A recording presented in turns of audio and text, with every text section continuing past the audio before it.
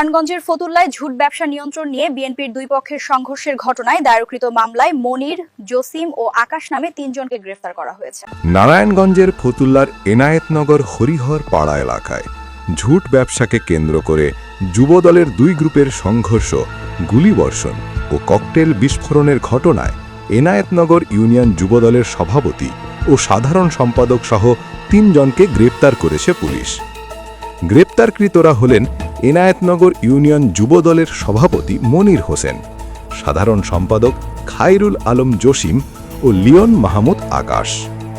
Police জানায়, মঙ্গলবার ১৪ April রাত ১:৩০টার দিকে পটুয়াখালীর কুয়াকাটা এলাকার একটি হোটেলে অভিযান চালিয়ে তাদের গ্রেপ্তার করা হয়। ফতুল্লা মডেল থানার ভারপ্রাপ্ত কর্মকর্তা ওসি মোহাম্মদ মাহবুব আলম বলেন, কুয়াকাটার একটি হোটেল থেকে ৩ জনকে গ্রেপ্তার করা হয়েছে। এ বিষয়ে বিস্তারিত পরে জানানো হবে। উল্লেখ্য, গত ১২ এপ্রিল ফতুল্লার হরিহরপাড়া চাঁদনী হাউজিং এলাকায় ওয়েস্টিজ বা ঝুট মালামাল নামানোকে কেন্দ্র করে দুই পক্ষের মধ্যে সংঘর্ষ, গুলিবর্ষণ ও ককটেল বিস্ফোরণের ঘটনা ঘটে। এতে ২ জন গুলিবিদ্ধ হন।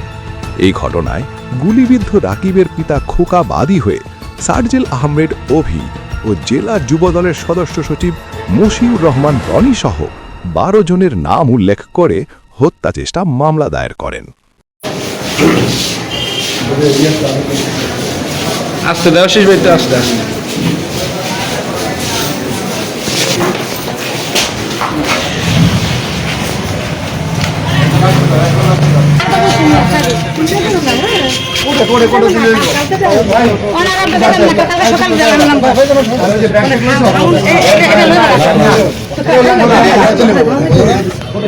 হ্যান্ড কাপ লাগাইছে, এটা তো